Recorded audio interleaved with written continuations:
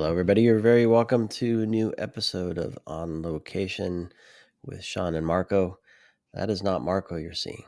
That's Jon France. And I am Sean. Marco's not with me, but he's with me in spirit. And we like to cover events that make us think. And I think the whole point of ISC2 is to get people to think about security in the business and how to help businesses grow safely and securely, and give them the tools to do that and demonstrate that they understand what's going on there. Not just security, but a lot of things ISC2 is involved with.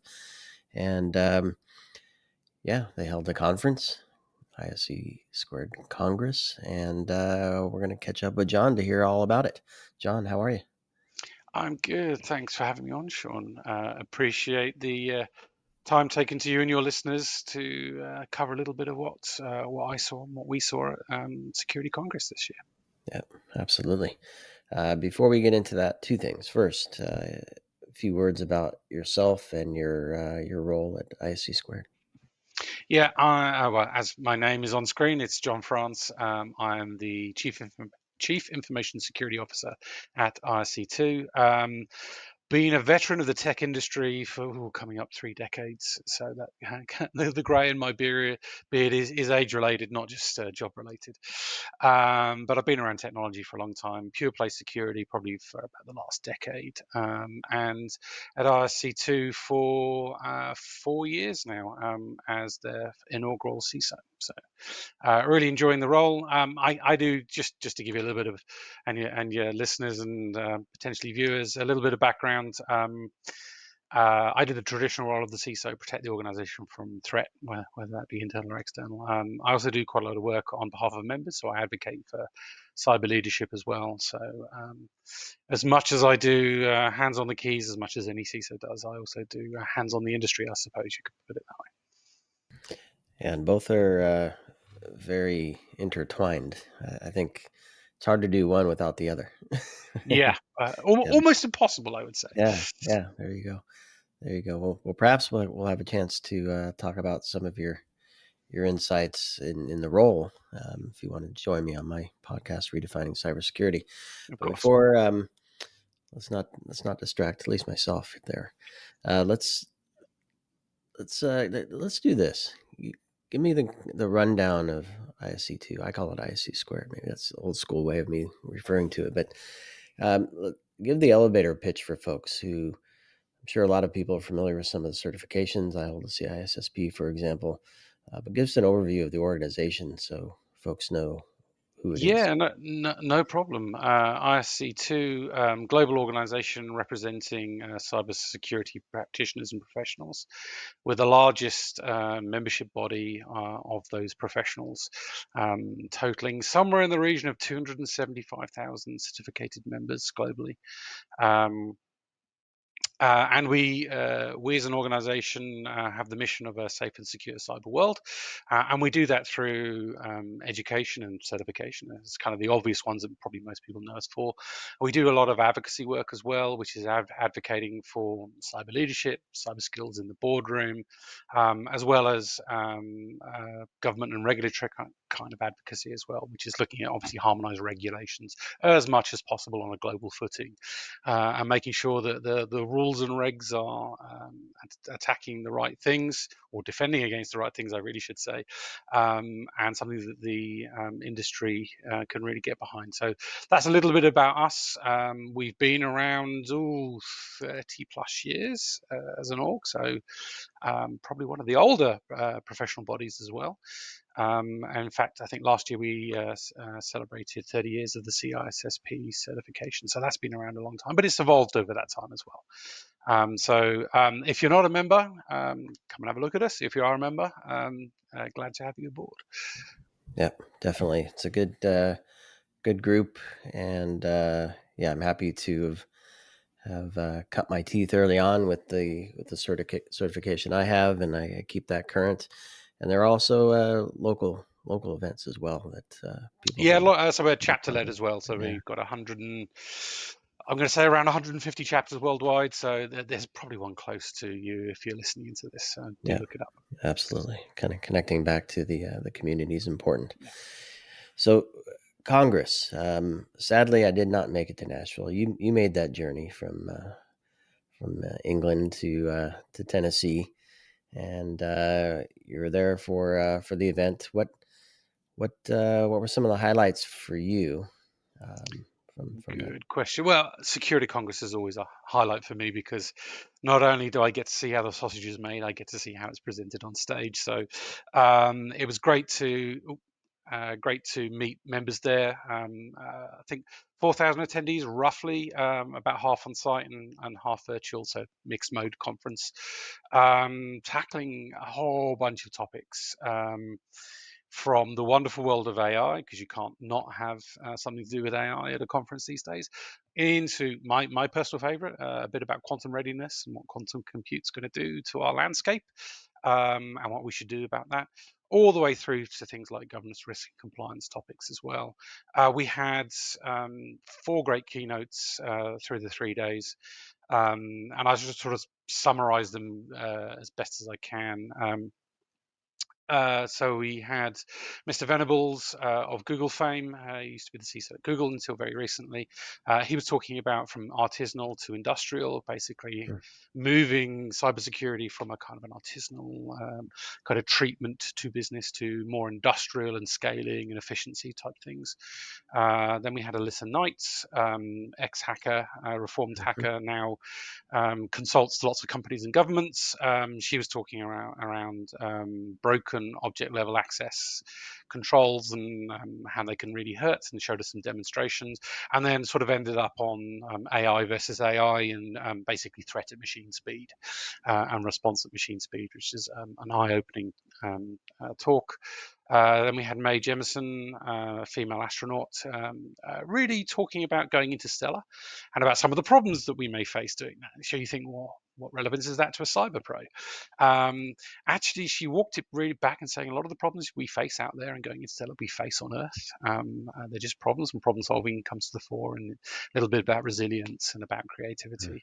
And then ended up with Mr. Krebs sort of taking us through the wonderful world of cyber, Mhm. what's going on in the news, what sort of hackers are doing, state-sponsored actors. A little bit of insight from there. So 4 great keynotes, and I said a whole bunch of sessions. I can't remember how many days worth of content there was there across a number of tracks, but highlights for me, definitely bits on AI, a lot on quantum because that's my favorite topic. And of course, pre-conference, we ran some workshops on things like AI strategy, definition, and cyber leadership. So it was a full gamut of offerings So, talk to me about well, I guess first, so many things there, right? there. Too many. So many levels as well, which is great. You have the hacker, you have the person looking at it from a from outside in, right? The astronaut looking Yeah, former astronaut looking from outside in, not necessarily thinking of it in terms of cyber, but thinking of it in terms of resilience. And Marco, we've had conversations with several folks familiar with the space programs, and we often hang our hat on or look at it from the perspective of it's not just being able to go somewhere, but be able to come back, right? So you have to plan for the full circle of the life cycle of yeah. whatever the program or project is, and business is very much the same there. And so, touching on the community, and you mentioned the workshops and the leadership part of this. Um, Leadership's hard to teach, right? So, talk to me a little bit about people coming together and being able to share ideas and thoughts and best practices So I think you've kind of hit the nail on the head. A lot of it is about coming together and sharing some stories. So whilst the workshops focus on some of the more traditional concepts of understanding the business and the traditional levers of business, things like finance and how to read a balance sheet and that kind of stuff, which cyber pros may not know how to do. So there are some practical elements, but there is also a big wedge of just being able to talk to a group of peers around common challenges that we face. And then really projecting that forward into things like getting out of the operational into the slightly more strategic. Um, and the course leader was Brandon Dunlap, who was also the MC on stage. Bit of a charismatic person. He's been around the world of consultancy and ISC2 for a long time, so he brings some sort of keen insights as well, and really moving the needle away from the almost the bits and bytes of our technical world into how do you speak business, because becoming a leader and managing people and managing into non-traditional areas, i.e. Communicating across the hallway as it were, is a key skill. Some of it's learned, some of it's experienced, and some of it can be taught, so it's a mixture of all of those, but we're definitely seeing a much bigger push from 18 months, 2 years ago. The SEC stopped just short of requiring cyber skills in the boardroom, but they made sort of that push. And incident reporting is now obviously, I think it's the 10K form. You've got to put something on in the US. So they put it more on a kind of regulatory stance, which kind of invites CISOs and senior leaders to lean in and really embrace that open door and start having those conversations. The quid pro quo is we don't go and confuse people. We go and talk the language of business, the language of risk. And one of my favorite adages is, security is it's not a treatment to business; it's an inherent part of it. So the wonderful world of cybersecurity, if you're just doing it at the end of a project and tick boxing it, you're doing it wrong. It's throughout the whole life cycle, and that requires being in business and being part leader of it as well. Yeah, absolutely. And of course, well, not of course, maybe when I think of technical certification like a CISSP, I immediately think practitioner. When I got mine originally, it was I was a product manager. I was building software, and I just come out of the role of QA where I was doing AppSec before AppSec was an official thing, and so very, in my mind, very practitioner focused. But obviously, leadership is more security leader and CISO oriented. Give me a view of what some of the attendees are like. Are there a lot of practitioners? Are there leaders? Are there students? Who's there, and what are they going there for? To Congress in general, we have all walks, I should say, not works. So right from the entry level, I'm just thinking about getting into cyber. My company's given me the opportunity to either come along virtually or physically. So a lot of offerings for sort of entry level bits and pieces. Yeah, the core is definitely practitioner. That's probably where we are best known in the world of certification. So a lot of our certifications are technical.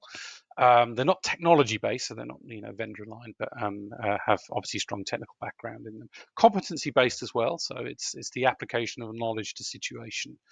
And then all the way through to yes, we have CISOs, we have business leaders that come along to Congress as well. There's lots of sessions pitched at either expert level or beginner level or leader level. So we do offer the smorgasbord across. And whilst we're known for certification, a big part of what we do is professional development. So it's not just about getting a cert and maintaining a cert. It is about maintaining current practice, current knowledge, and some of those disciplines are definitely business related. So yeah, attendees, all walks. And all roles. You're quite right. Probably the majority are practitioner, but definitely a bunch of leaders there. And I'm very fortunate and privileged to be able to go and talk to them all whilst they're there, so I get lots of different perspectives. And so you touched on AI and quantum. I'm kind of I'm loving using AI, but tired of talking about AI, and very intrigued by quantum. And so you mentioned those two that kind of stick out for you. Were there others that you heard folks say, "I'm glad we had a chance to learn more about this, to talk about this together"? Um, Perhaps those two still came up to the top of the list, but is there anything else that kind of swirled around the Congress? It's sort of general chit chat and sort of attack vectoring. identity-based attacks definitely were a theme. So because of the machine-to-machine stuff? a Or little bit machine to no? machine, but the cost of mounting an identity compromise is probably fairly cheap these days with AI, with AI's help.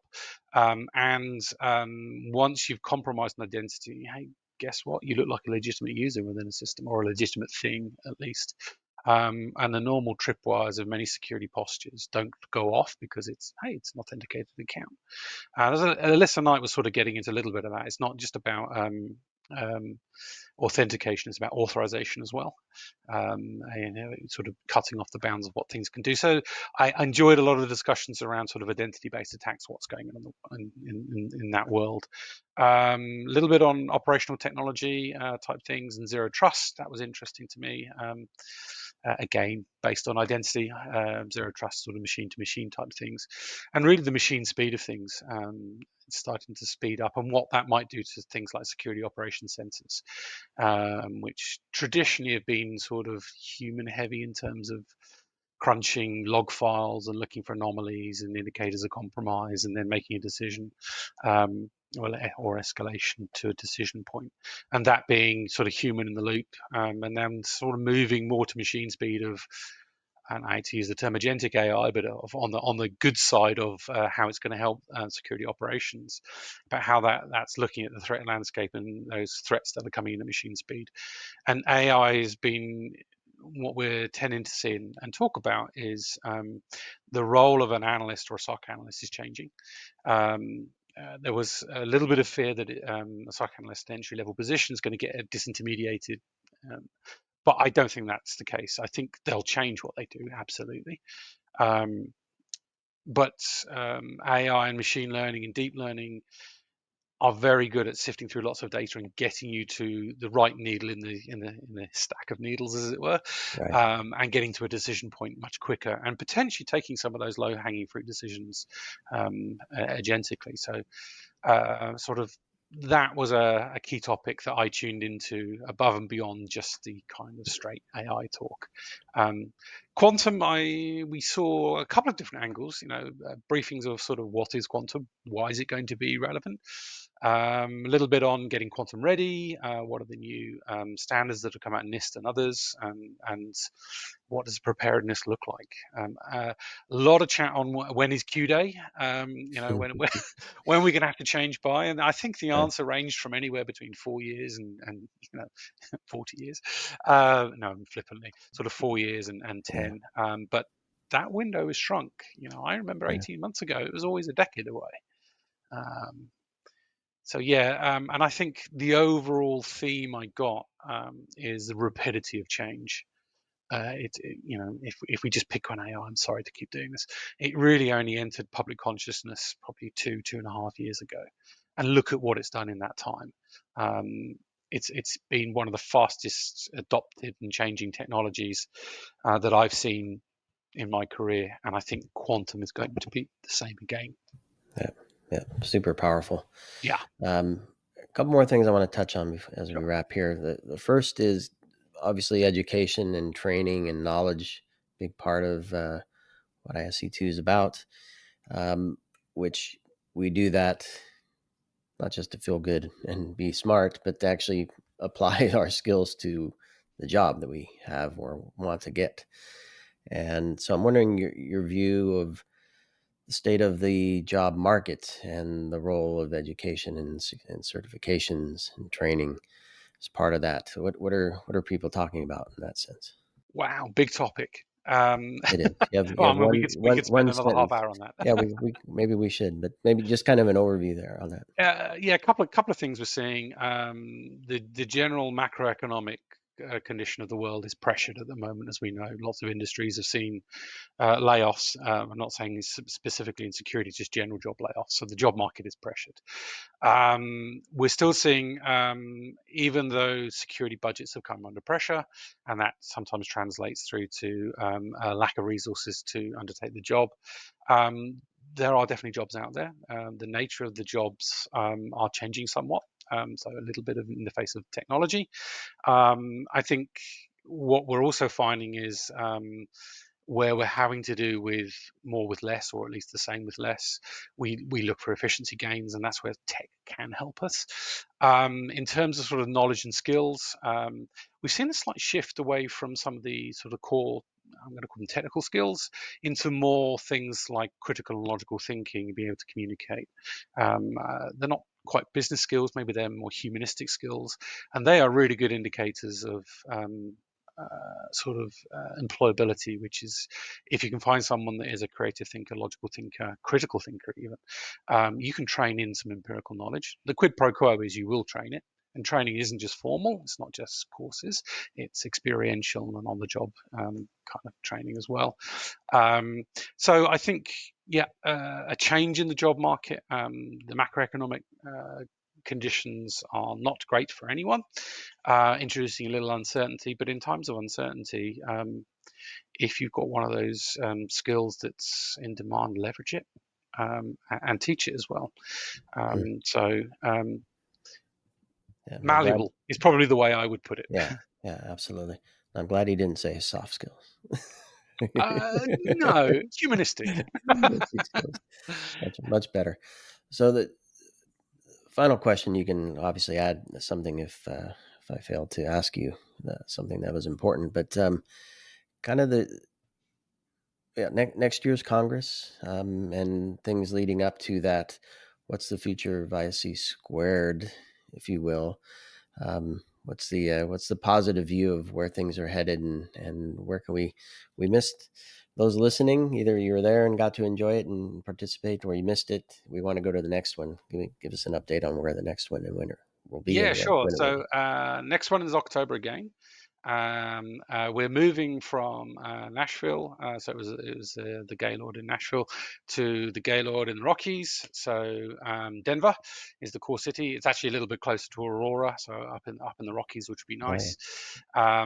I love the fall weather, so sort of crisp sun over the horizon. I'm looking forward to that from the location aspect. In terms of content, what we're going to see there, well, who knows? We start gathering. I mean, we kind of do have some themes in thought and going out there, but we do for call for papers. So if you want to come and speak on a topic, come onto our website and look out for the call for papers. But I'm sure in there we will look at the evolution of technology and where that's gone. I'm sure AI is going to be part of it. Quantum will be a bigger part of it, I'm sure, than it was this year. Keynotes we don't decide until much closer, but we always get stellar lineups on interesting subjects. What I'm really looking forward to next year, meeting, seeing members, sharing war stories, really networking, talking to some of the chapter leads, what's going on in their local geographies. So it sort of really is a little bit of a melting pot, great place to come, not only to have a good time, to learn some things and really to share experiences. So always an exciting venue and line up, come and be a part of it. yep. I hope to make that a reality. Denver is great. Aurora is great, actually. I've had a family friend that lived there for a long time. So looking forward to seeing you in October in Denver for the next Security Congress. And yeah, if you don't want to wait till then, find a local chapter Final and local chapter. I connect with mean, there's, folks. there's a whole bunch of stuff coming on. We also do some sort of local events. Actually, Secure London's next week. So if you're in the London area, do look that up. I think registration is still open. You can still come along, but we do them around the globe as well. So look out for Yep, one of the Secure events.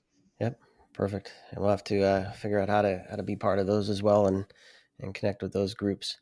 John, it's fantastic to meet you and chat with you, and I hope to do that in person next year, if not sooner. And congratulations on a successful Security Congress. And thanks everybody for listening and watching this episode with On Location with Sean and Marco. Marco's actually in the background, so we're going to let him in and have a chat with him after we're done recording here. But go to itspmagazine.com/on-location for all of our conference and event coverage, including security conference and other stuff happening throughout the year. And we'll see everybody soon, either virtually or in person. Take care. Thanks, Sean.